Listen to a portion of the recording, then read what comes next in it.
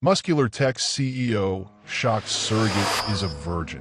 What he did next surprised everyone. She signed away her womb on a Tuesday afternoon, the same day her mother's doctor used the word terminal for the first time. Zoe Washington sat in the pristine waiting room of Elite Surrogacy Solutions, her fingernails digging half moons into moons. The receptionist's keyboard clicks echoed against marble floors while wealthy couples drifted in and out, their designer clothes and casual confidence broadcasting what Zoe lacked: options. Ms. Washington? The coordinator appeared, clipboard in hand, diamond bracelet catching light. We're ready for you. 3 months earlier, Zoe had been focused solely on her pre-med studies at Emory University. Top of her class, scholarship recipient, her future mapped out in meticulous detail. Then came her mother's diagnosis: stage 4 pancreatic cancer. Advanced, aggressive, expensive. Have you ever made a decision out of desperation that you knew might come back to haunt you? What would you sacrifice for someone you love? Hi viewers, kindly tell us where you're watching from and what time it is. Warm welcome to the family. Enjoy the story. Now, at 21, she sat across from a woman explaining how her body could become a temporary home for someone else's child. The compensation figure made Zoe's breath catch. Enough to cover her mother's treatments for months, maybe a year. Enough time to find alternatives, clinical trials, miracles. Our clients are exceptionally particular, the coordinator explained, sliding glossy pamphlets across the mahogany desk. They expect perfection. Your academic achievements and medical history make you an ideal candidate. Zoe nodded, throat tight. And the process? Straightforward. Medical screening, psychological evaluation, contract signing. Once matched with intended parents, we begin hormone treatments, then embryo transfer. 9 months later, delivery and compensation. The coordinator's smile never reached her eyes. Any questions? 1,000. None Zoe could voice. Just one. When can I start? The medical screening was exhaustive: blood work, genetic testing, physical examination. Zoe answered each question truthfully until the gynecological history form. Her pen hovered over the question about sexual activity. Virgin at 21. Not from religious conviction or lack of opportunity. Simply from focus, from putting her education first, from never meeting anyone worth the distraction. From watching her mother struggle alone after her father's death, determined never to depend on anyone. But would they accept her if they knew? Would they consider her immature, abnormal? Would it disqualify her from the program, from the money that might save her mother? Zoe checked limited sexual history instead of none and handed back the clipboard, heart pounding. 2 weeks later, her phone rang during organic chemistry. Congratulations, Ms. Washington. We have a potential match. A high-profile client with specific requirements. Your profile fits his parameters perfectly. Zoe's hand trembled. What's next? He'd like to meet you. Thursday. Manhattan. Manhattan. She need to miss classes, borrow money for a plane ticket. I'll be there. That night, Zoe sat beside her mother's hospital bed, watching the 4-drip poison designed to kill the cells killing her mom. The irony wasn't lost on her. How was class? Her mother asked, voice paper thin. Good. Zoe forced a smile. Professor thinks I might qualify for the research position next semester. That's my girl. Her mother's fingers, once strong enough to braid Zoe's hair and fix broken appliances, now barely had strength to squeeze Zoe's hand. You're going to be an amazing doctor someday. Zoe swallowed hard. I need to go to New York on Thursday. Study group presentation. The lie tasted bitter, but the truth would be worse. Her mother would never accept this sacrifice, would rather die than let Zoe use her body this way. But what choice did she have? The insurance denied the experimental treatment that might help. Their savings were gone. Student loans barely covered tuition, let alone medical bills that arrived weekly in envelopes stamped final notice. Back in her tiny apartment, Zoe opened her laptop to research her potential match. Logan Matthews, tech prodigy, fitness app empire. Forbes 30 under 30. Net worth, billions. His company, Peak Perform, had revolutionized fitness technology. His face appeared on magazine covers. all sharp jawlines, intense eyes, and carefully casual confidence. Always alone in photos. No girlfriend, no wife. Articles mentioned his notorious privacy and relentless work ethic. Why would a man like this need a surrogate? What stopped him from having children the traditional way? Not her business, she reminded herself. Just like her reasons weren't his business. As she scheduled her flight to New York, Zoe's phone lit up with a text from the hospital. Her mother's numbers were dropping. Treatment wasn't working as hoped. Zoe booked the earliest flight available. As the doctor scheduled her final medical examination, Zoe's fingers hovered over the checkbox asking about her sexual history. With one deliberate click, she told the first significant lie of her life, never imagining the man who would read it was about to change everything. Have you ever made a decision out of desperation that you knew might come back to haunt you? What would you sacrifice for someone you love? Logan Matthews built a billion-dollar empire by controlling every variable, until a doctor's diagnosis threatened the one thing money couldn't buy, his legacy. 6 months, maybe less. Dr. Warner's voice held the practiced neutrality of someone accustomed to delivering life-altering news. The condition is progressing faster than we anticipated. Logan stood at the floor-to-ceiling window of his Manhattan penthouse. The city spread below like a chessboard where he'd always been the player, never the piece. 40 floors up, the world looked manageable, containable, controllable, and freezing samples isn't guaranteed. His voice remained steady, betraying nothing of the story. In your specific case, no. The genetic markers indicate rapid deterioration of viability. If you want biological children, I recommend pursuing surrogacy immediately. Logan's reflection stared back at him from the glass. 6'4", broad-shouldered, the product of relentless workouts and carefully monitored nutrition. The perfect machine, or so he believed. No one looking at him would guess the broken code in his DNA. I want options on my desk by tomorrow, he told his assistant after the doctor left. Best surrogacy agencies. Most qualified candidates. Complete backgrounds. Within 24 hours, 5 leather-bound portfolios awaited his review. Logan approached fatherhood like every other challenge, with methodical precision and exhaustive research. Elite surrogacy solutions emerged as the clear choice. Their clients included royal families, tech billionaires, Hollywood elites. Their screening process was legendary, their confidentiality ironclad, their success rates unmatched. We understand discretion, Mr. Matthews, the agency director assured him during their private meeting. Our surrogates undergo extensive physical and psychological testing. We match based on your specific parameters. Logan's parameters were exacting. Exceptional physical health, superior intelligence, clean genetic history, height above average, athletic background. Someone whose traits would complement his own. I'm not interested in co-parenting, he clarified. This is a business arrangement. I'll provide generous compensation, but once the child is born, the surrogate's role ends. The director nodded. Of course, though we do recommend maintaining cordial relations during the pregnancy. It tends to reduce complications. Logan dismissed this with a wave. Emotions were variables he preferred to eliminate. 3 weeks later, his private physician called. We've reviewed the candidates. There's one who stands out. Medically speaking, she's perfect. 21, exceptional health markers, athletic history, top academic performance. Send her file. Zoe Washington's profile arrived in his encrypted server an hour later. Logan reviewed it with the same attention he gave acquisition targets. Pre-med student. 4.0 GPA. Track team captain in high school.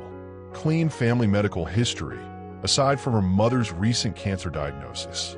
No drug use, minimal alcohol. Blood work impeccable. The background check revealed financial struggles, student loans, medical bills, a part-time job that couldn't possibly cover her expenses. Motivations clear and understandable. Her photo showed a young black woman with intelligent eyes and a reserved smile. Beautiful, though Logan noted this clinically, as he might appreciate good design. What caught his attention was her personal statement. Unlike other candidates who wrote generically about the gift of life, Zoe's statement was practical, straightforward. I'm offering this service because I understand the importance of family legacy. My terms are clear, my boundaries established, and my commitment absolute once agreements are signed. No emotional manipulation. No pretense. Logan appreciated efficiency. He authorized the next steps, instructing his team to arrange an in-person meeting. His schedule would allow a brief window next Thursday. That night, alone in his penthouse, Logan opened the drawer of his bedside table. Inside lay the only photograph he kept of his parents, a faded image from before they abandoned him to the foster system at 7. Their faces had grown indistinct in his memory, but one thing remained clear. They had left him nothing. No inheritance, no legacy, no knowledge of his family medical history until it was almost too late. His child would have everything he hadn't: security, opportunity, clarity of purpose. And unlike his parents, Logan would ensure his presence in his child's life, even if he wasn't around to see them grow up. The genetic condition had been discovered during routine testing for his fitness app's premium DNA analysis feature. Cruel irony. The technology he created to help others optimize their performance had revealed his own body's betrayal. Logan closed the drawer. Sentiment was inefficient. Tomorrow would bring contracts to review, an acquisition to finalize, in preparations for meeting the woman who might carry his only chance at legacy. When his phone lit up with the surrogate agency's call, Logan answered with the confidence of a man accustomed to getting exactly what he wanted. He had no idea this call would be the beginning of losing control entirely. Has life ever forced you to confront your own mortality earlier than expected? How would you handle the realization that your time to leave a legacy might be running out? The truth has a way of emerging at precisely the worst moment. Like during a medical examination in a Manhattan penthouse with a billionaire watching from the other room. Zoe stepped out of the private elevator into a world of steel, glass, and calculated minimalism. Logan Matthews' penthouse occupied the top 2 floors of a midtown skyscraper, the kind with no building name, just an address that meant everything to those who mattered. This way, please. A woman in a tailored suit led her through the space. No family photos, no personal touches. The place resembled an architectural magazine, spread more than a home.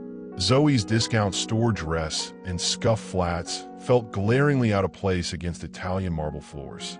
She straightened her shoulders. This wasn't about her. This was about her mother, whose latest scan showed tumors spreading despite treatments they could no longer afford. The meeting room overlooked Central Park, 40 floors below. 3 people waited. Logan Matthews, taller in person than Zoe had expected, an older man she recognized as Dr. Harrison, the fertility specialist from Elite Surrogacy, and a sharp-eyed woman introduced as Ms. Chun, Mr. Matthews' legal counsel. Logan Matthews didn't stand when she entered. His eyes, cool, assessing, scanned her from head to toe as if verifying her dimensions against specifications. Ms. Washington. His voice matched his surroundings, expensive, controlled. Thank you for coming. Zoe had practiced her responses, determined to project professionalism. Thank you for the opportunity, Mr. Matthews. Let's be clear about expectations, he said, dispensing with pleasantries. I require a surrogate for a single child. The compensation package is generous, but my requirements are non-negotiable. Complete medical compliance, regular updates, dietary and exercise protocols, absolute confidentiality. Zoe nodded. I understand. Do you? His eyes narrowed. This isn't a typical arrangement. I'm not a couple struggling with fertility. I'm a public figure making a choice about my legacy. May I ask why surrogacy? The question slipped out before Zoe could stop it. A flash of something, anger, vulnerability, crossed his face. That's not relevant to your role. It is if I'm carrying your child, Zoe countered, surprising herself with her boldness. Medical history affects pregnancy outcomes. The doctor cleared his throat. Mr. Matthews has a genetic condition affecting sperm viability. Time sensitive. Logan's jaw tightened. If we proceed, Dr. Harrison will conduct a final examination today. Standard procedure.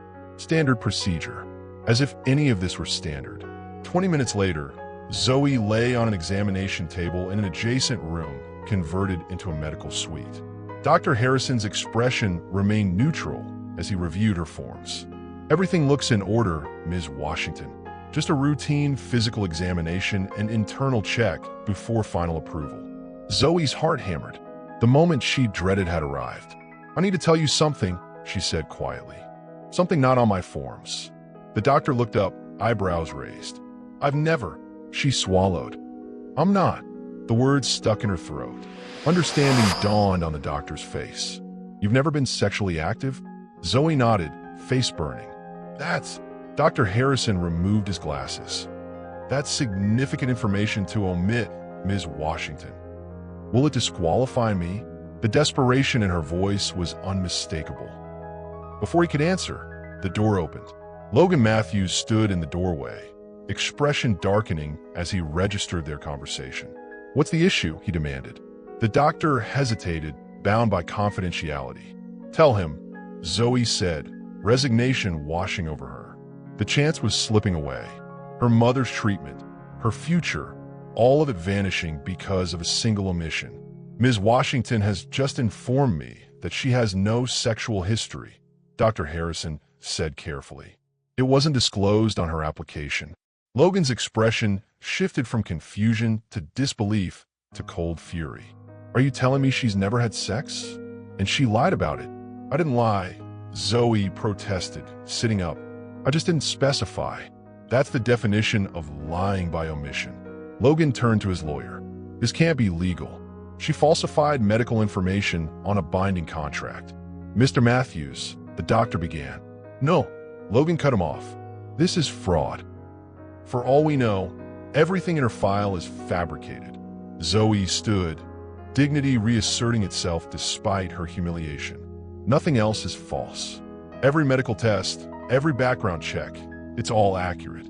This one detail doesn't change my physical ability to carry a child. It changes everything," Logan said, voice dangerously quiet. "It speaks to character, to trustworthiness. How can I entrust my child to someone who begins with deception?" "Because I need this," Zoe said simply. "My mother is dying. This money is her only chance." Something flickered in Logan's eyes, recognition, perhaps. But it vanished quickly. "You lied on a legal document," he said, voice level. "Give me one reason why I shouldn't have you charged with fraud." Zoe gathered her belongings, chin high despite the humiliation burning her cheeks. "Because deep down, you understand desperation. Whatever's driving you to create this child right now, it's not just about legacy. There's something you're not saying either." His expression hardened. "We're done here. My legal team will contact the agency." As Zoe walked toward the elevator, shame and fear battled within her. Her mother's treatments were scheduled for next week. Bills piled up at home. And now, her last hope walked away, button-down shirt stretched across rigid shoulders, not once looking back. Neither of them could have predicted how their next encounter would play out on screens across America, or how quickly public opinion would turn against the man who had never lost a fight until now. When have you judged someone before understanding their full story? How quickly do we condemn others without knowing what drives their choices? 15 seconds of unfiltered rage captured on a stranger's phone cost him $300 million by morning and gave her unexpected power over the man who just destroyed her last hope. Zoe hadn't planned to confront Logan Matthews. She had accepted defeat, boarding the subway back to her budget hotel with empty pockets and hollowed hopes. But fate had other plans. The text from her mother's doctor came as she emerged from the station near her hotel. Treatment coverage denied again. Need to discuss alternatives ASAP. There were no alternatives. That was the whole point.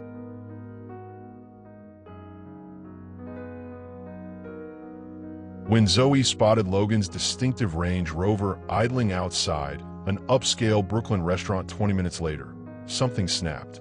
The universe had presented an opportunity, and desperation made her brave. She approached as he exited the restaurant, his tall frame unmistakable even in the evening shadows. "Mr. Matthews," she called. "1 minute, please." He turned, recognition hardening his features. "Ms. Washington." This is inappropriate. My mother's treatment was denied. Again, Zoe stepped closer, not caring about the curious glances from passersby. I know I made a mistake on my application, but a mistake. His voice cut through the street noise. You deliberately withheld medical information. That's not a mistake, it's manipulation. I was desperate, Zoe admitted. But everything else was true. I'm healthy. I'm capable. I need this opportunity. What you need is irrelevant to me. Logan checked his watch. This discussion is over. Is it because I'm black? The question escaped before she could reconsider. Or because I'm not from your world. What exactly disqualifies me now that didn't before? Logan's expression darkened dangerously. Don't you dare make this about race. This is about integrity, about trust. No, this is about control. Zoe interrupted. You want someone you can command completely. My honesty threatens that. Something in Logan snapped. His carefully controlled facade cracked. You lie to get access to my child, to my money, he growled, stepping closer. You think I don't see women like you coming? Looking for paydays? For connections? Using whatever advantage? Women like me? Zoe's voice rose. You mean women desperate enough to give up their bodies for 9 months to save someone they love? While men like you throw away millions on. Step back, man. A stranger's voice interrupted them. You don't talk to a woman like that. Only then did Zoe notice the small crowd gathering. And the phones. Recording everything. Logan's gaze shifted to the devices pointed their way. His expression froze, then rearranged into practiced neutrality. This is a private matter, he said coldly, then turned to his driver. We're leaving. As his car pulled away, Zoe stood shaking on the sidewalk, adrenaline fading into defeat. You okay, sister? A woman touched her arm. That man was way out of line. I'm fine, Zoe murmured, embarrassment washing over her. What had she been thinking? You should see what they're saying already, someone nearby said, scrolling through their phone. Hashtag Logan Matthews exposed is trending. By morning, the video had gone viral. The 15-second clip showed only the worst moment. Logan looming over her, face contorted with anger, words about women like you cut perfectly to sound like a racial attack. Zoe's response wasn't audible in the most shared version. Headlines exploded across platforms. Tech billionaire Logan Matthews in racist tirade against young black woman. Peak Perform CEO shows true colors in Brooklyn confrontation. Logan Matthews, fitness mogul or privileged bully? Zoe watched in horror from her hotel room as commentators dissected body language, context, history. Logan's previous donations to diversity initiatives were scrutinized as performance activism. His all-white executive team became evidence of prejudice. His aggressive expansion tactics were reframed as bullying smaller, often minority-owned competitors. By noon, Peak Perform stock had plummeted 18%. Zoe's phone rang constantly. Journalists offering payment for her side, talk shows promising platforms, social justice organizations seeking a spokesperson.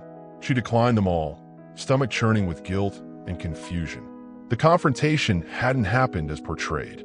Yet watching Logan's empire crumble brought a twisted satisfaction. He dismissed her mother's life as irrelevant to his concerns. Now he understood irrelevance. Her hotel room television blared breaking news. Logan Matthews cancels major product launch amid controversy. The camera cut to his corporate headquarters where protesters gathered, many wearing fitness gear from competing brands. A notification popped up on her phone, an email from Elite Surrogacy Solutions. Ms. Washington, due to recent events, a new opportunity has arisen. A private client has expressed interest in your candidacy. Compensation package significantly exceeds previous discussions. Confidentiality paramount. Please call urgently to discuss. 20 minutes later, Zoe learned the private client was Logan Matthews himself. He wishes to meet again, the agency director explained carefully. Different circumstances, different proposal. Why would I ever agree to that? Zoe asked. The compensation for one thing, triple the original offer. And the director paused. He mentioned something about experimental cancer treatments at Northside Oncology. I believe that's where your mother is being treated. Zoe's breath caught. How'd he know that? What exactly does he want? That's for him to explain. Tonight, 8 o'clock, the Peninsula Hotel, private dining room. Curiosity warred with caution. This man had humiliated her, dismissed her, yet now he needed something from her, something worth triple the already life-changing sum. Her mother's face flashed in her mind, growing thinner by the day, fighting with diminishing strength against a disease that didn't care about fairness. I'll be there, Zoe said, but on neutral ground. The restaurant at my hotel, 7 o'clock. When his private number flashed on her screen at midnight, Zoe almost declined the call. Instead, she answered with 2 words that surprised even herself. I'm listening. His response would change both their lives forever. In today's cancel culture, how quickly can reputations be destroyed? Have you ever been part of something that spiraled beyond your control? He offered her everything she'd ever wanted: medical school, financial security, a future for her mother. With just one catch, she had to pretend to love the man America now loved to hate. Zoe arrived at the hotel restaurant 15 minutes early, choosing a corner table with clear sight lines to all entrances. She wore her only business-appropriate outfit, black pants and a navy blouse she'd packed for medical school interviews, not negotiating with billionaires. Logan Matthews arrived precisely at 7, somehow managing to look both impeccably groomed and utterly exhausted. The restaurant fell silent as he crossed the floor, recognition rippling through the diners. A woman at a nearby table pointedly turned her back. Someone muttered, "Racist," just loudly enough to be heard. If Logan noticed, he didn't react. His focus remained entirely on Zoe as he approached. "Ms. Washington," he said, voice neutral. "Thank you for agreeing to meet." Zoe nodded, suddenly aware of phones discreetly raised at nearby tables. "Let's keep this brief." Logan took the seat across from her, his large frame making the standard hotel chair look almost comically small. Up close, the past 24 hours showed on his face, shadows under his eyes, tension around his mouth. "I'll come straight to the point," he said quietly. "That video has been problematic." "Problematic?" Zoe raised an eyebrow. "Your stock dropped, what, 20% today?" 22, he corrected without emotion. "Multiple partnership deals suspended. 3 board members calling for my temporary removal. The product launch we've spent 2 years developing is now effectively dead." "I'm sorry about your product," Zoe said, surprising herself with her sincerity. "But I didn't post that video." "I know." Logan's eyes met hers directly. "My team identified the original poster. A social media influencer with a history of manufacturing outrage for clicks. Context deliberately removed. So why am I here?" A waiter approached. Logan ordered water. Zoe did the same. Neither pretended this was a social occasion. "I have a proposition," Logan said once they were alone again. "One that solves both our problems." "I'm listening." "Marry me." Zoe nearly choked on her water. "Excuse me." "A marriage of convenience," he clarified, voice lowered. "Temporary. 1 year minimum, 3 years maximum. Full prenuptial agreement protecting both parties." "You've lost your mind," Zoe whispered, leaning forward. "Why would I?" $5 million, Logan cut in. "Paid directly to you upon signing. Another 5 upon completion of the agreed term, plus full medical school tuition.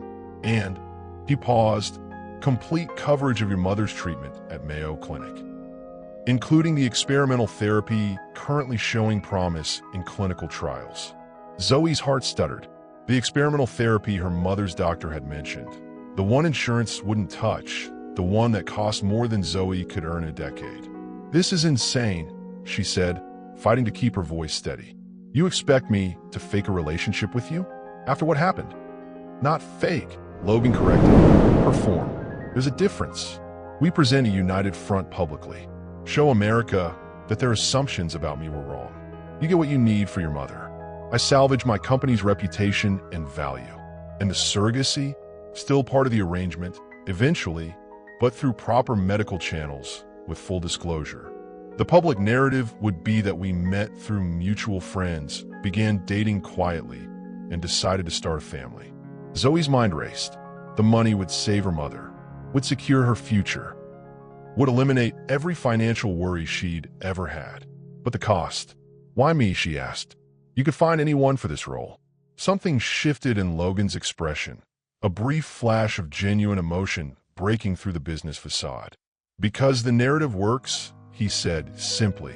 Young, brilliant medical student from modest background meets wealthy entrepreneur. World collide. Transformative love story. The public eats that up. And, he hesitated, you've already shown you'll do whatever it takes for your family. That kind of loyalty is rare. The compliment, if it was one, landed strangely. So I trade one kind of surrogacy for another, Zoe said. Instead of just my womb, you want my entire life.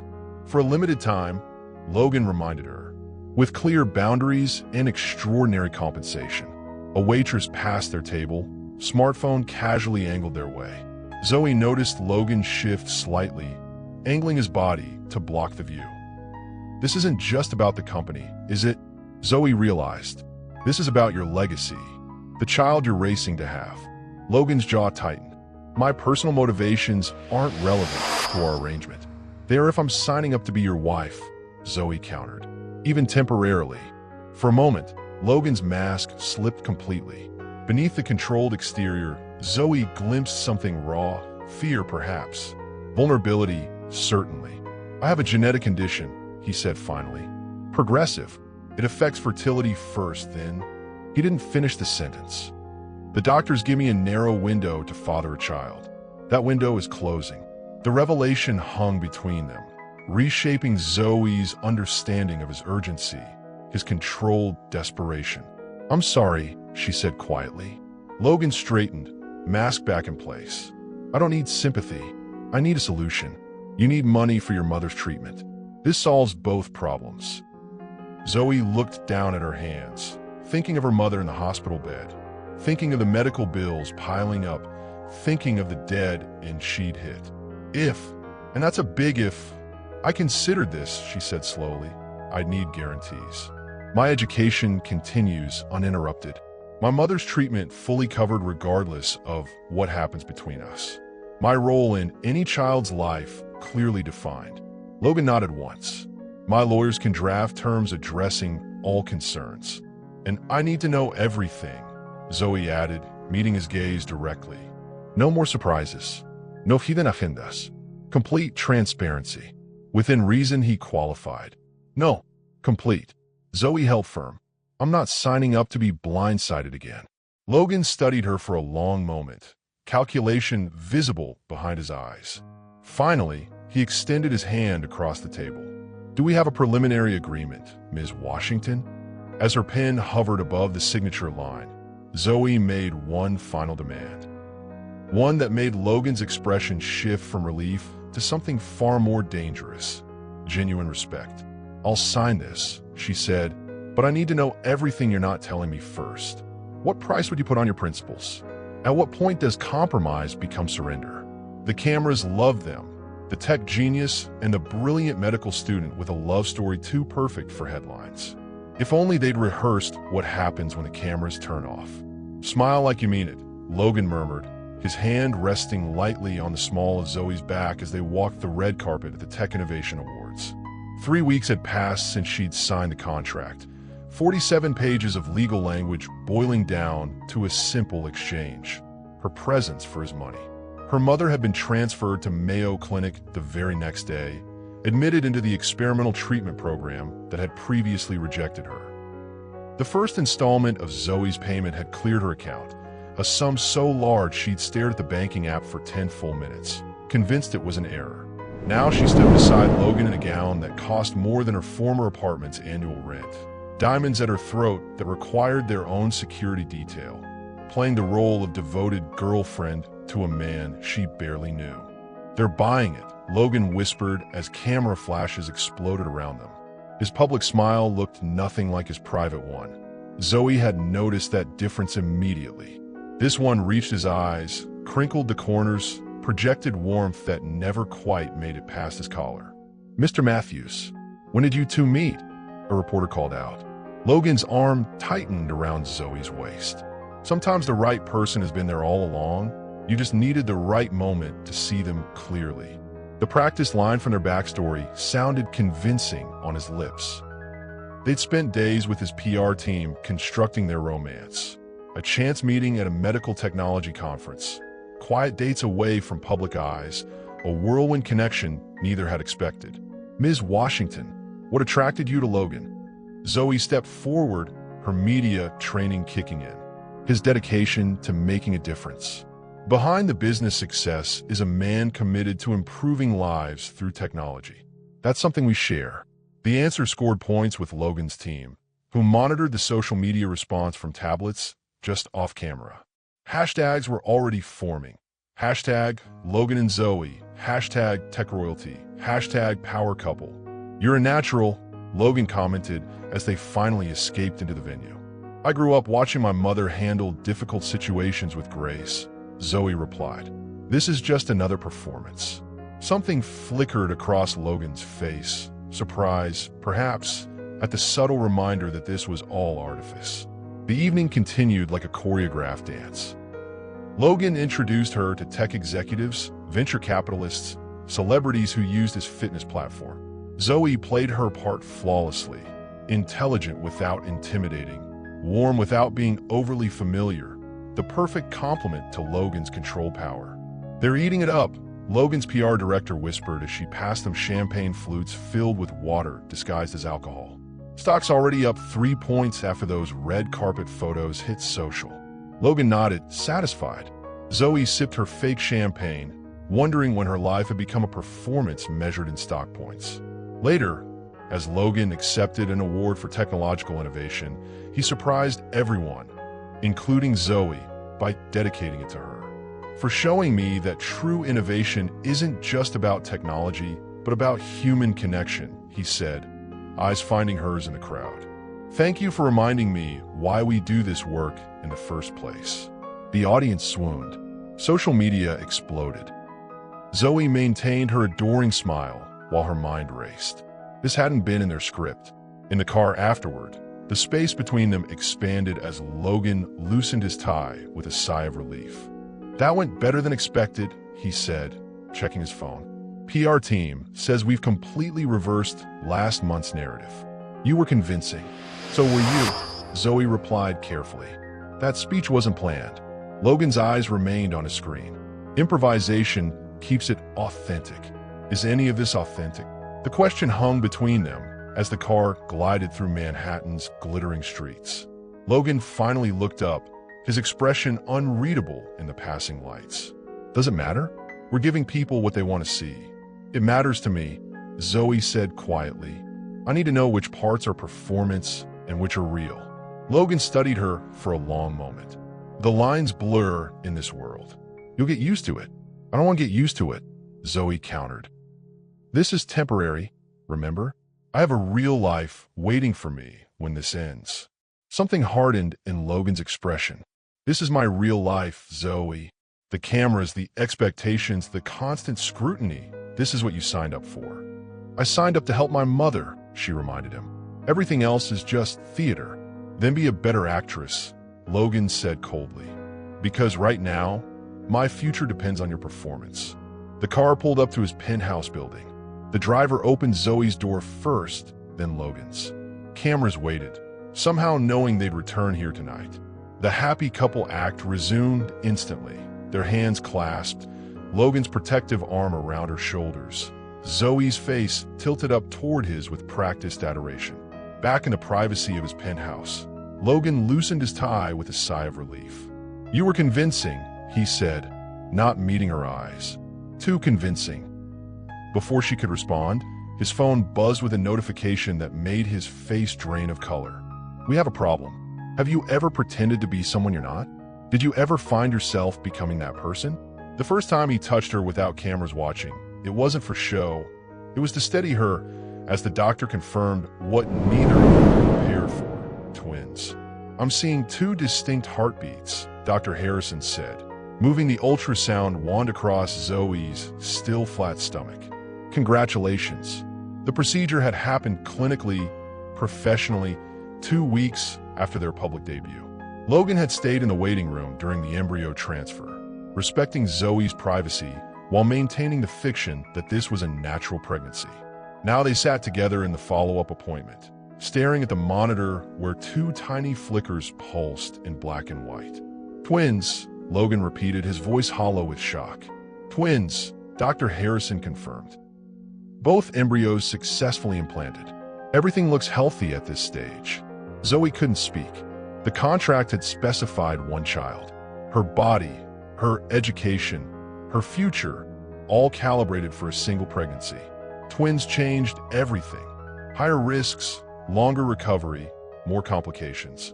She didn't realize she was swaying until Logan's hand gripped her arm, steadying her. His touch was warm, solid, nothing like the performative affection they displayed for cameras. "Are you okay?"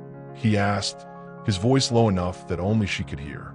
She nodded automatically, professional mask sliding back into place.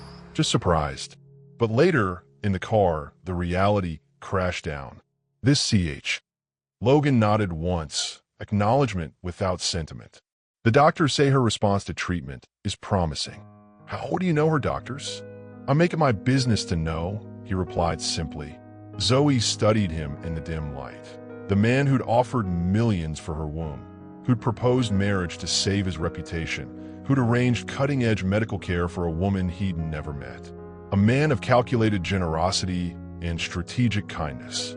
"Why are you really doing all this?" she asked. "The truth this time." Logan closed his laptop, plunging the kitchen into darkness except for the city lights streaming through floor-to-ceiling windows. When he spoke, his voice carried an unfamiliar weight.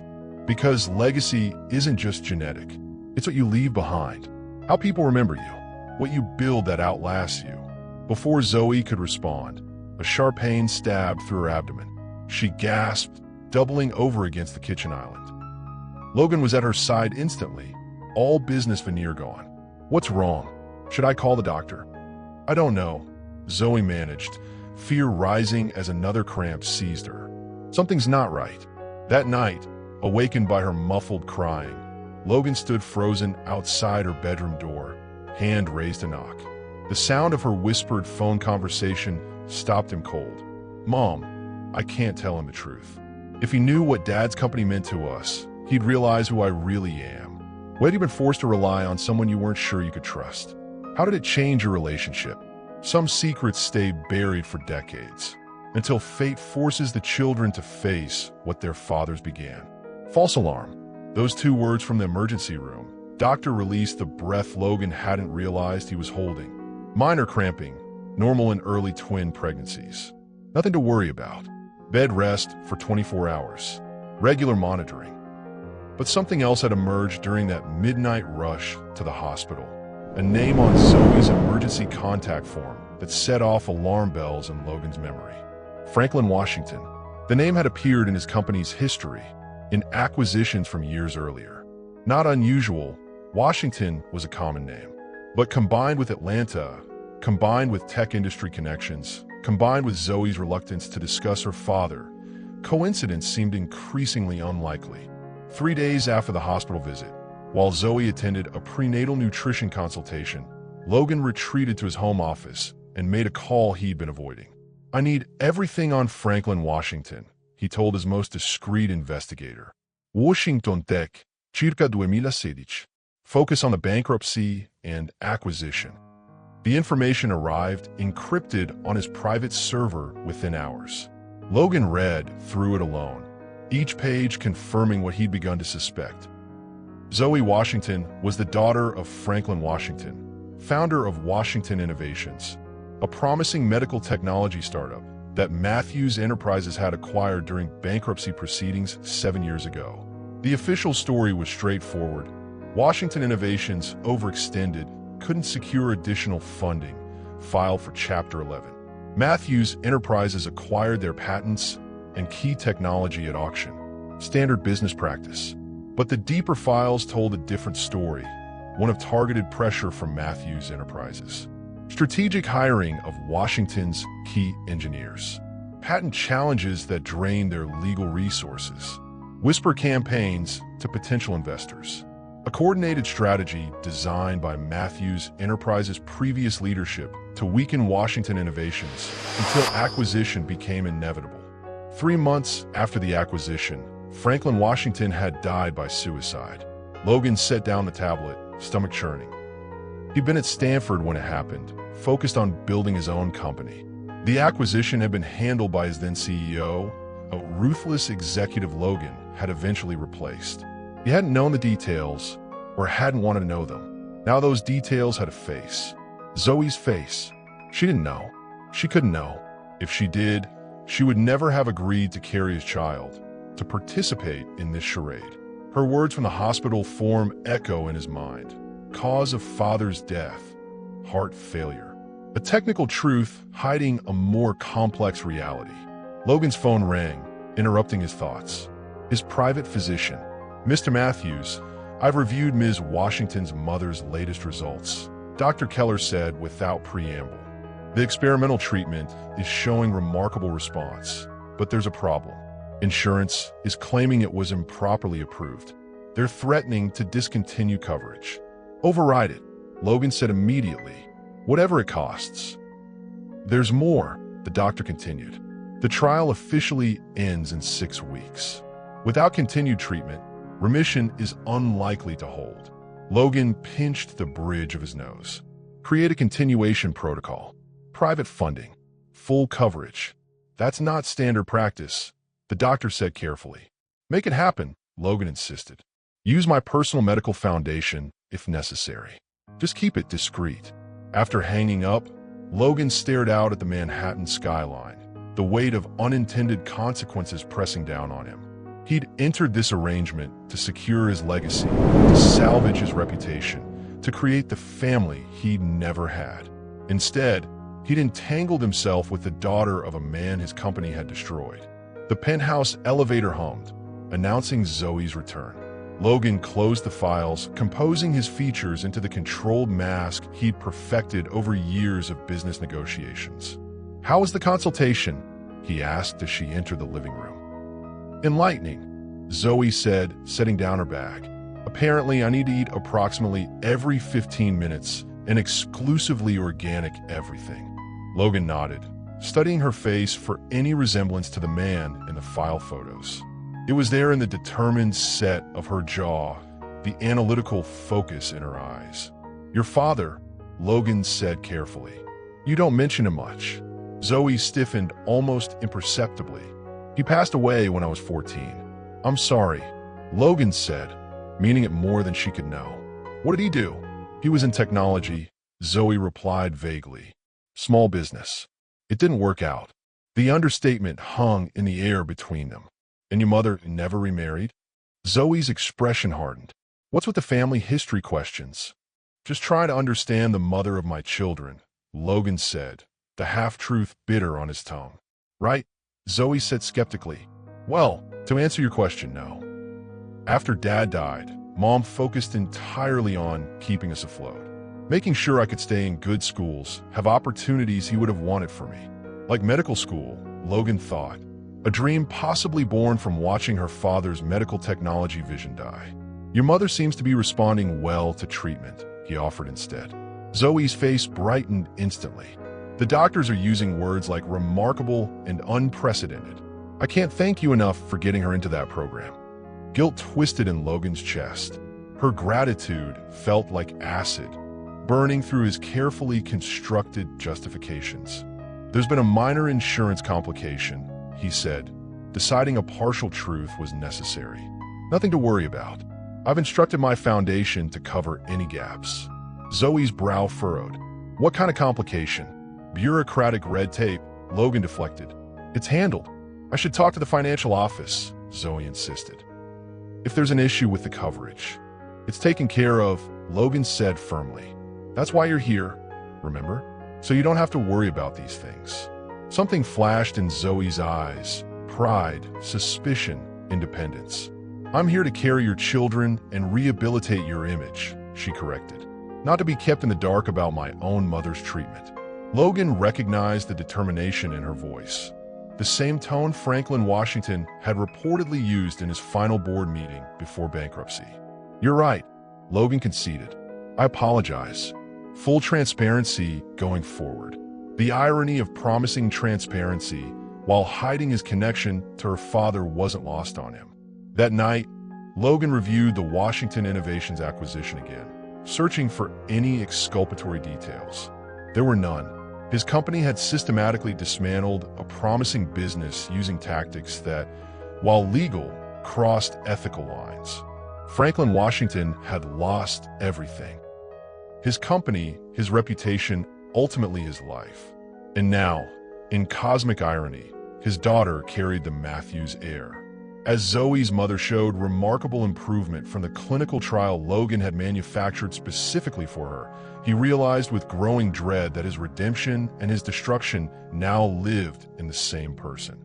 The woman carrying his children, whose family business he had systematically dismantled 7 years ago. Would you want to know a painful truth or prefer a comfortable lie? What secrets have you kept to protect someone you care about? She moved into his world of wealth and privilege, determined to keep her heart walled off, until the night he fell asleep with his hand protectively resting on her growing belly.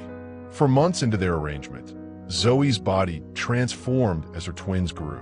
The slight curve of her stomach became an unmistakable bump. Her face softened, her skin glowed. Pregnancy suited her in ways neither of them had anticipated.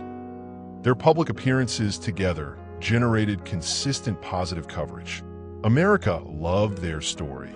The tech genius humbled by love, the brilliant student who'd captured his heart. Their carefully curated social media posts showed Logan attending medical school functions by Zoe's side, Zoe accompanying Logan to business events, both of them reviewing ultrasound photos with matching expressions of wonder.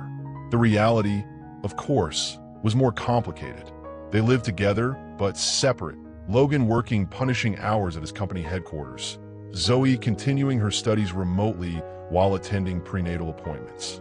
They shared meals occasionally, exchanged medical updates regularly, and maintained careful distance always. Until the night, Zoe woke to find Logan sitting on her bedroom floor, back against the wall, eyes closed, tablet fallen from his fingers. He'd brought her tea earlier when morning sickness had struck at midnight. Morning being medicine's cruelest misnomer. Apparently, he'd returned to check on her and somehow ended up asleep on her floor. Zoe studied him in the dim light. This powerful man who controlled industries but couldn't control the dark circles under his eyes or the worry lines etched between his brows. His hand rested protectively on the edge of her mattress, inches from her belly, as if he'd fallen asleep, reaching for connection. Something shifted inside her that had nothing to do with the twins. "Logan," she whispered, touching his shoulder. "You should go to bed." He startled awake, disoriented. "The babies, are they okay?" "They're fine," she assured him. "You fell asleep." "Sorry," he mumbled, struggling to his feet. "Got worried when you were sick earlier." As he turned to leave, swaying slightly with exhaustion, Zoe made an impulsive decision. "Stay," she said. "You're dead on your feet, and your room is all the way across the penthouse." Logan hesitated, suddenly alert despite his exhaustion. "That's not part of our arrangement. Neither is you sleeping on my floor," Zoe pointed out. "Just sleep, Logan. The bed's big enough." He considered for a moment, then nodded once. Without another word, he settled on top of the covers on the far side of the king-sized bed, maintaining proper distance. Zoe turned away, telling herself this was merely practical. Within minutes, Logan's breathing deepened into sleep. She followed soon after, more comfortable than she cared to admit with his solid presence nearby. She woke hours later to find his hand resting gently on her rounded belly, his face peaceful in sleep. Before she could decide how to feel about this, one of the twins kicked, right against Logan's palm. His eyes flew open, meeting hers in the dim light. Wonder replaced confusion as the baby kicked again. "Was that?" he whispered. Zoe nodded. "They're active this morning." Logan's hand remained, warm and steady, as the twins performed their morning calisthenics.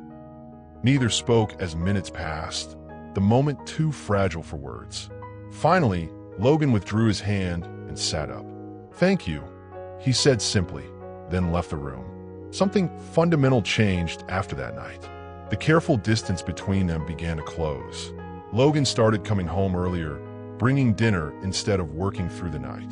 Zoe found herself sharing stories from her classes, discussing medical ethics questions that fascinated her. They established rituals without acknowledging them.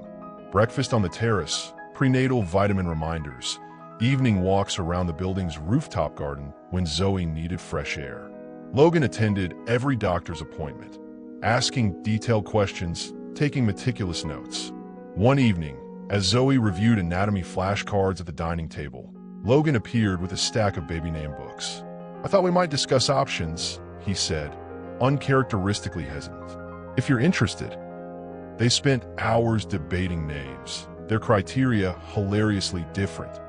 Zoe favoring classical names with historical significance, Logan inexplicably drawn to names that sounded successful in business meetings.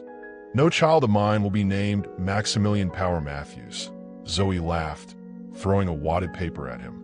"It commands respect," Logan argued, grinning in a way that transformed his usually serious face. "It commands therapy," Zoe countered. They settled on nothing that night, but something else was decided without words. They were becoming a team, perhaps even friends. The outside world noticed the change.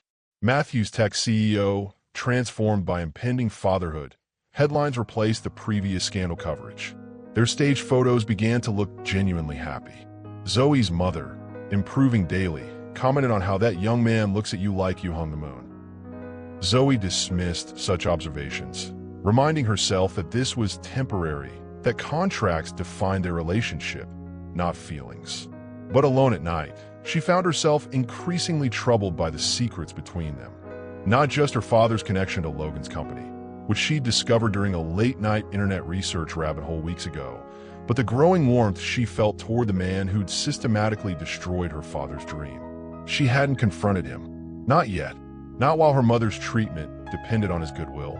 Not while the twins grew safely beneath her heart. Instead, she collected information, piecing together the story of Washington Innovation's downfall, searching for the exact nature of Logan's involvement. The anonymous email arrived on her personal account with a subject line that made her blood run cold. "The truth about Logan Matthews and your father's company." Attached was a document with his company letterhead and a strategy that made her stomach turn. Dated exactly 1 week before her father's suicide. Well, have you found yourself caring for someone you never expected to? How did you handle those unexpected feelings? Trust, once shattered, leaves wounds deeper than any physical pain.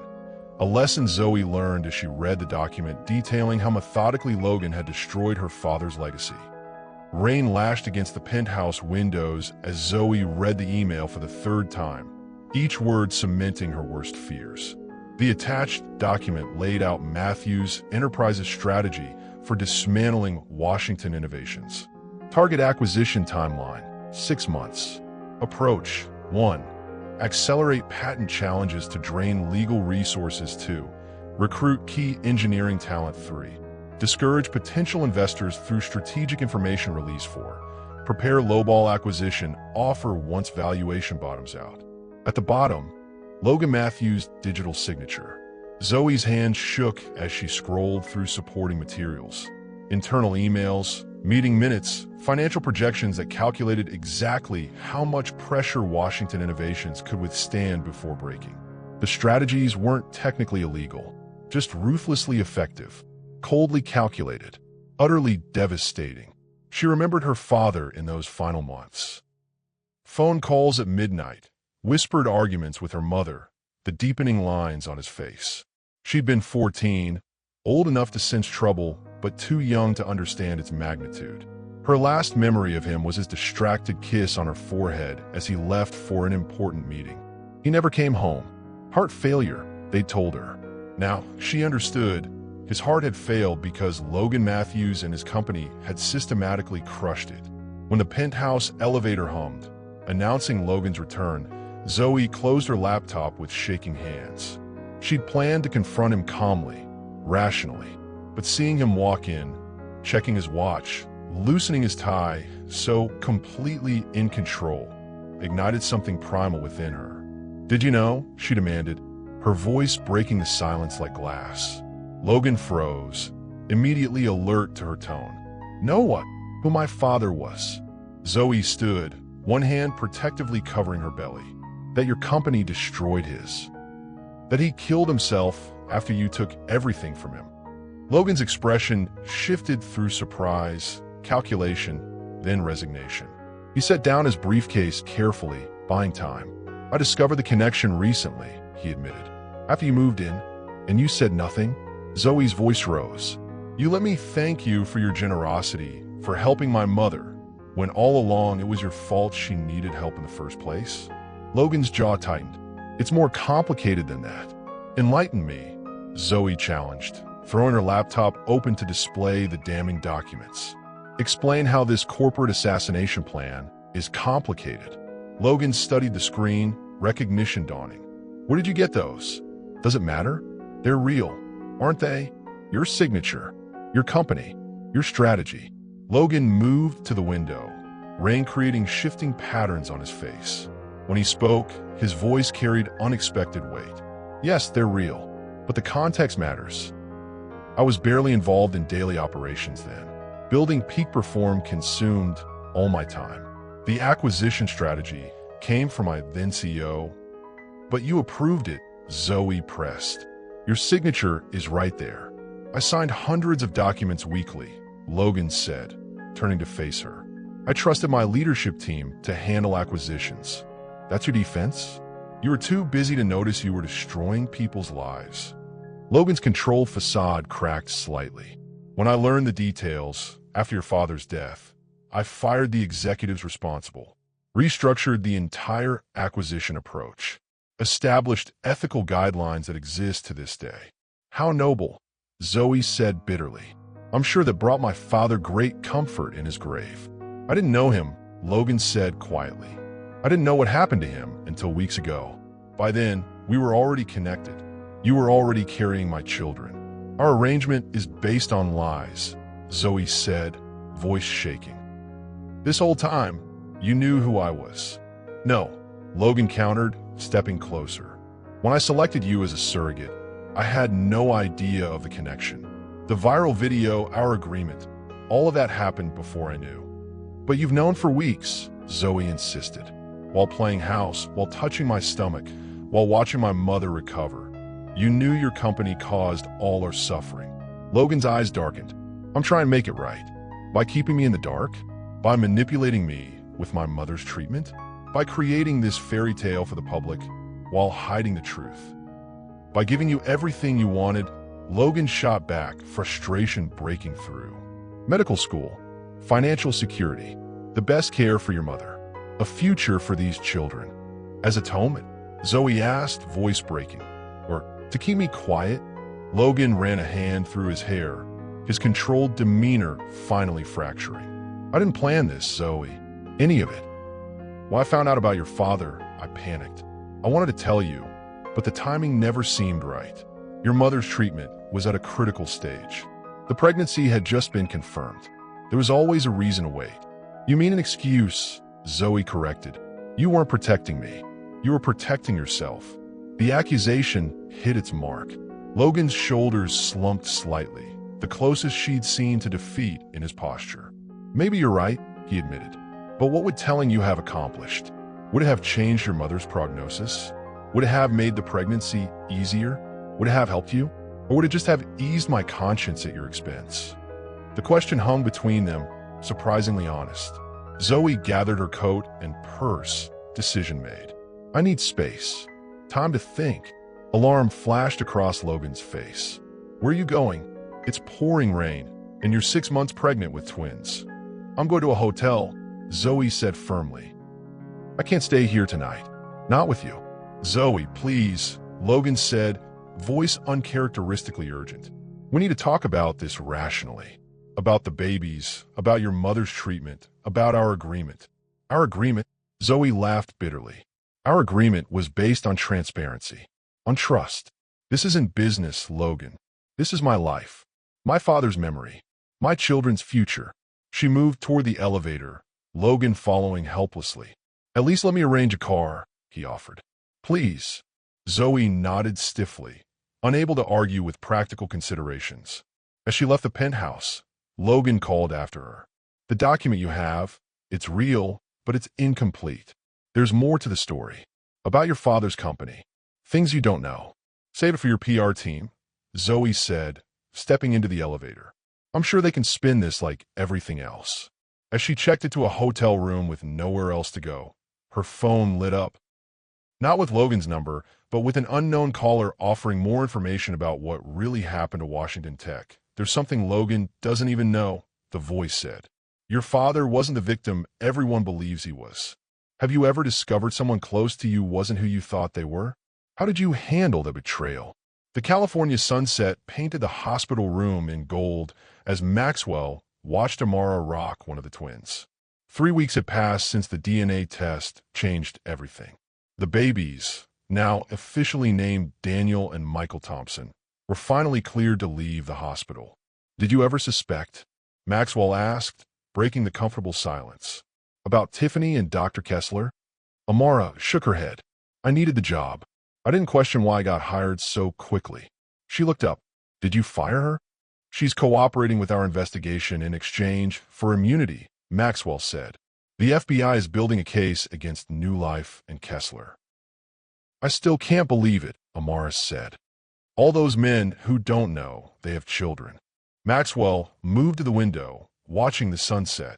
I almost didn't know either. Would that have been better? Amara asked quietly. To never know? The question hung between them. No, Maxwell finally said, turning back to her.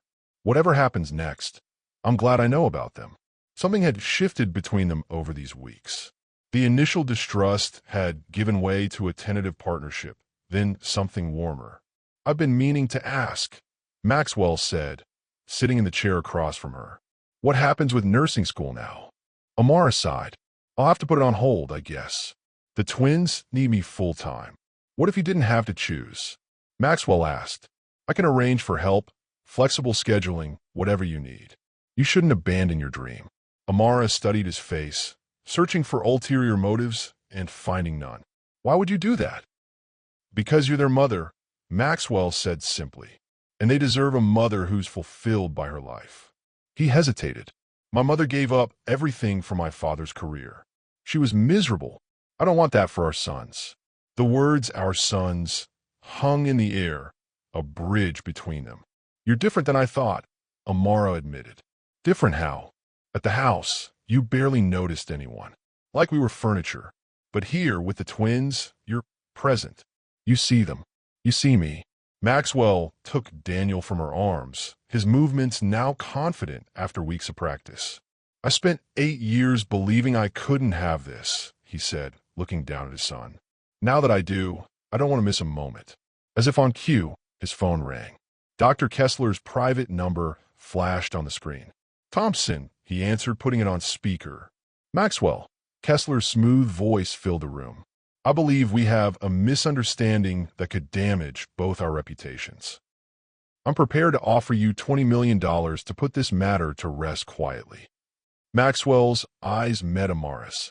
You can't buy silence, doctor. Not anymore. Think of what you're doing, Kessler warned. No one needs to know about this unfortunate situation. 28 fathers don't know they have children because of you, Maxwell replied. That's not an unfortunate situation. That's a crime. The line went dead. He won't stop at a phone call, Amara warned. I know, Maxwell said, but neither will I. Can something beautiful ever truly grow from a foundation built on deception? All evidence points to a coordinated scheme dating back at least 8 years. Maxwell explained to the FBI agents in his home office. Dr. Kessler deliberately misdiagnosed young, wealthy men with sterility, then worked with New Life Adoption to place women in their households. Agent Rivera nodded, reviewing the files Daniel had compiled. And you have proof, MS. Reynolds was the connection in your case.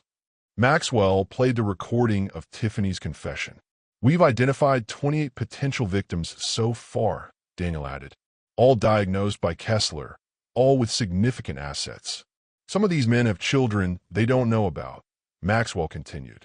Others paid settlements, thinking they were being scammed, when they were actually the fathers. And some babies were given up for adoption through New Life.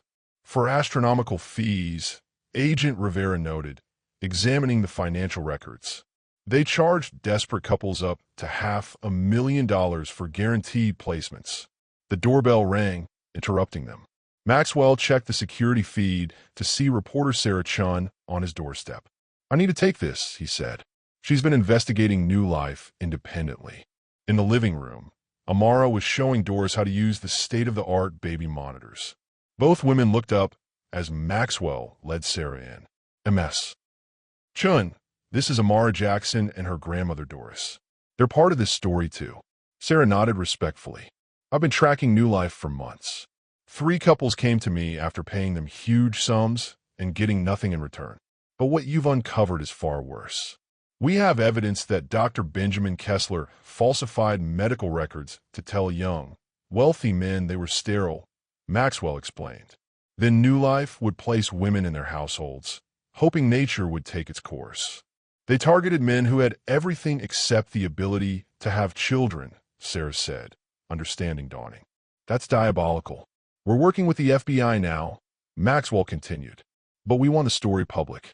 Other victims need to know. I'll need to verify everything independently," Sarah warned. "And the blowback will be intense." "I'm ready," Maxwell said firmly. The story broke the next morning. Fertility fraud ring exposed. Maxwell's phone exploded with calls from other men who'd seen Dr. Kessler. The FBI opened a formal investigation. New Life's offices were raided. In the midst of the chaos, Maxwell and Amara presented a united front at a press conference. "I was told for 8 years that I couldn't father children," Maxwell explained to the cameras. "That lie shaped every relationship, every life choice I made. There are other men out there living with the same lie. Some have children they don't know about. They deserve the truth." The public reaction was immediate and overwhelming. More men came forward.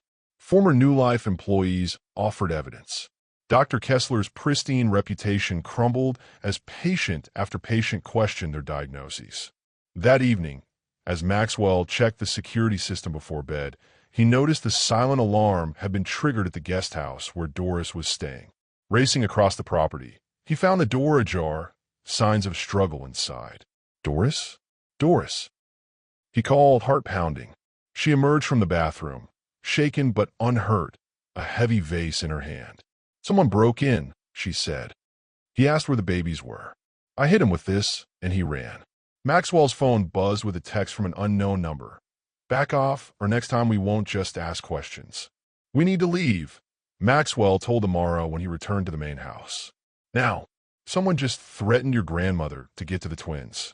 As if to emphasize his point, the nursery alarm suddenly blared through the house. "Would you risk everything to protect your family from those who threaten them?" The private island off the coast of Florida wasn't on any tourist maps. Maxwell had purchased it through a shell corporation years ago as a potential data center location. Now it served a different purpose, keeping his newfound family safe. The FBI arrested 3 New Life executives this morning, Daniel reported via secure video link. But Kessler is still at large, and so is the man who broke into Doris's room. Maxwell paced the beach house living room, the twins sleeping peacefully in a nearby room with Amara watching over them. What about Tiffany? In protective custody. She's given him everything. Names, dates, bank accounts. The whole operation is coming down. 2 weeks had passed since they'd fled California. The FBI had moved quickly, but not quickly enough to prevent the threat reaching them at home. "Any other victims come forward?" Maxwell asked. 17 so far.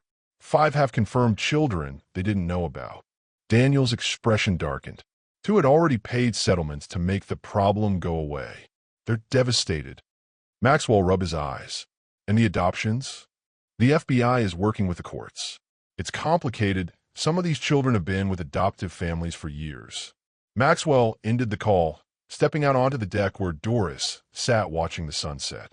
"You know," she said without looking up, "when Amara told me she was pregnant, I assumed the father would want nothing to do with her. Rich men rarely want complications." "I'm not most men," Maxwell said, joining her. "No, you're not," Doris agreed. You could have thrown money at this problem and walked away. Many would have. They're my sons, Maxwell said simply. And what about my granddaughter? Doris asked, finally looking at him. What is she to you? The question caught Maxwell off guard. What was Amara to him? The mother of his children, certainly. But in these weeks of crisis, she'd become something more, a partner, a confidant, perhaps even a friend. I don't know, he admitted, but I want to find out. Doris nodded, satisfied with his honesty. Inside, Amara was singing softly to Michael, who had woken fussy. Maxwell paused in the doorway, struck by the simple beauty of the moment. The FBI caught Tiffany's contact at New Life, he said quietly. They're closing in on Kessler. Amara looked up. Will we be safe soon? I think so. Maxwell moved to the crib where Daniel still slept. Daniel arranged for your nursing program to accept remote learning for the semester. You can start again next week if you want. Tears filled Amara's eyes. You remembered. Of course I did. Maxwell's voice was gentle. Just because we're dealing with all this doesn't mean your dreams get put on hold. His phone rang. Agent Rivera. We got him, she said without preamble. Kessler was trying to board a private plane to the Cayman Islands. And we found his records. The scheme goes back 10 years, Mr. Thompson. Over 40 victims. And the man who threatened Doris? In custody. He's talking. This case is solid. After the call, Maxwell found Amara in the kitchen. They caught Kessler, he told her. It's almost over. What happens next? She asked. With us, I mean. I don't know, Maxwell admitted. But I'd like to find out together. For the first time in weeks, Amara smiled without reservation. I like that too. When does a crisis situation reveal someone's true character to you? 3 months after the arrests, Maxwell stood at the window of his new home, a beachfront property in Malibu far from the coal mansion he'd once inhabited. Outside, Amara walked along the sand, a twin in each arm, Doris following with a beach umbrella. His phone buzzed with a text from Daniel. Kessler took a plea deal. 20 years. Full cooperation, naming other doctors involved. The New Life scandal had grown beyond anyone's expectations. 3 more fertility specialists had been implicated. Over 60 men had discovered they'd been misdiagnosed. 37 children were identified who had been conceived under the scheme. Some were with their biological fathers. Others remained with adoptive families, but now had relationships with their birth parents. Maxwell had established a foundation to help the affected families with legal costs, counseling, and education funds for the children.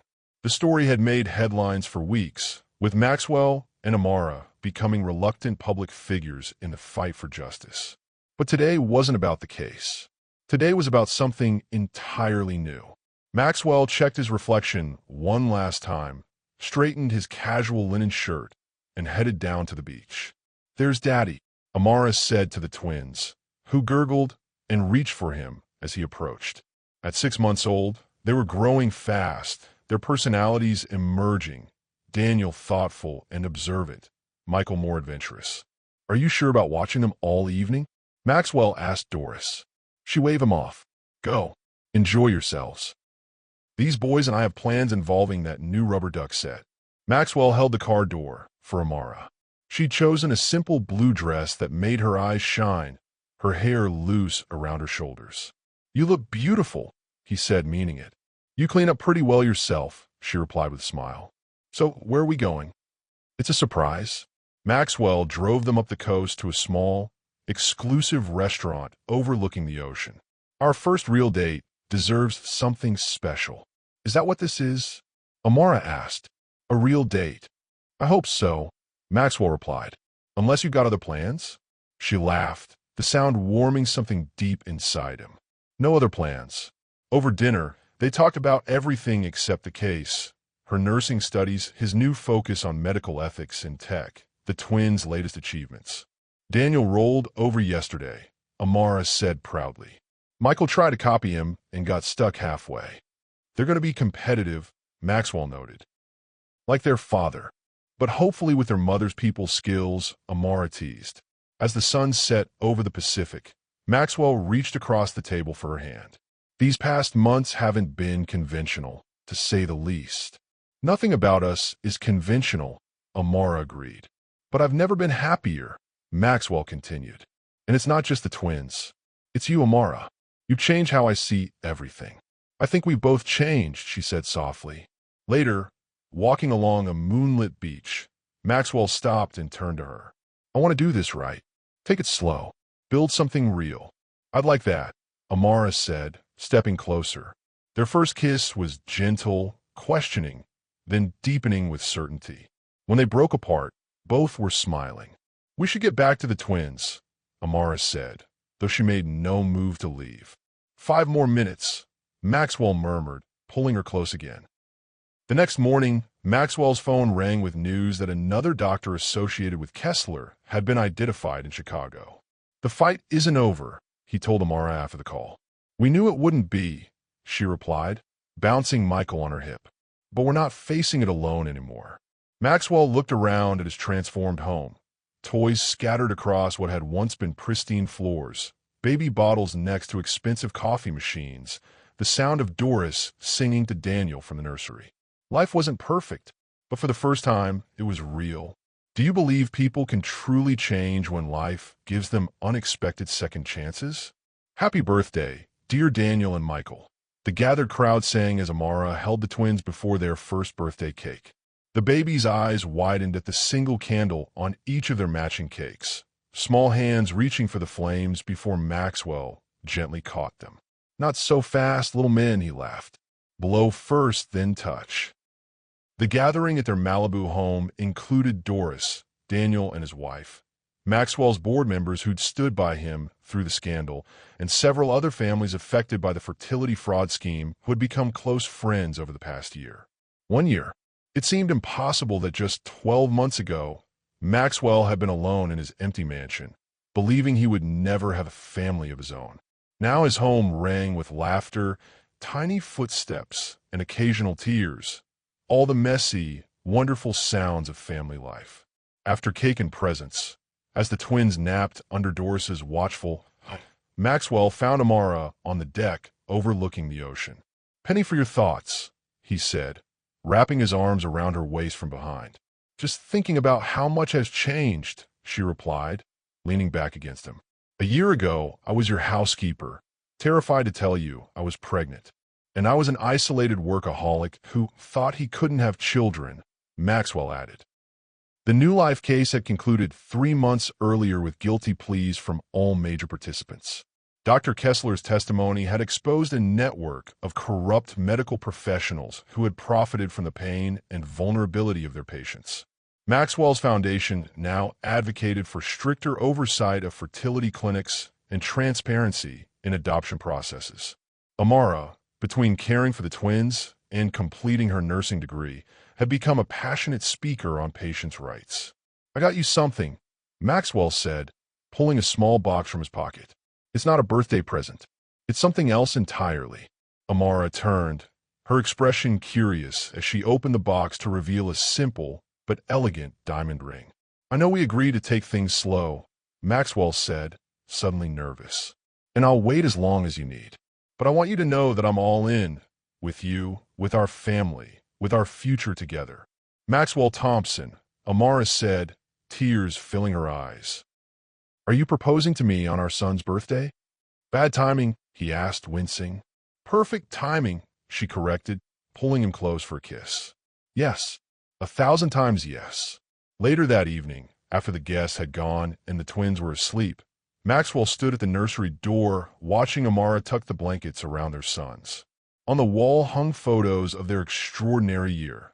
The twins' first day home, Maxwell's awkward first diaper change, Amara's nursing school pinning ceremony with the babies in matching outfits, Doris teaching Maxwell to make her famous sweet potato pie. 5 years later, the Thompson household had expanded again. 4-year-old Eliza, conceived the natural way with no medical intervention needed, danced around the living room while her big brothers built elaborate block towers. Maxwell, now focused on using his tech fortune to reform medical ethics practices, watched his family from his home office doorway. Amara, having completed her nursing degree with honors, divided her time between pediatric nursing and the foundation they'd established together. The annual gathering of families affected by the fertility fraud had grown into a nationwide support network.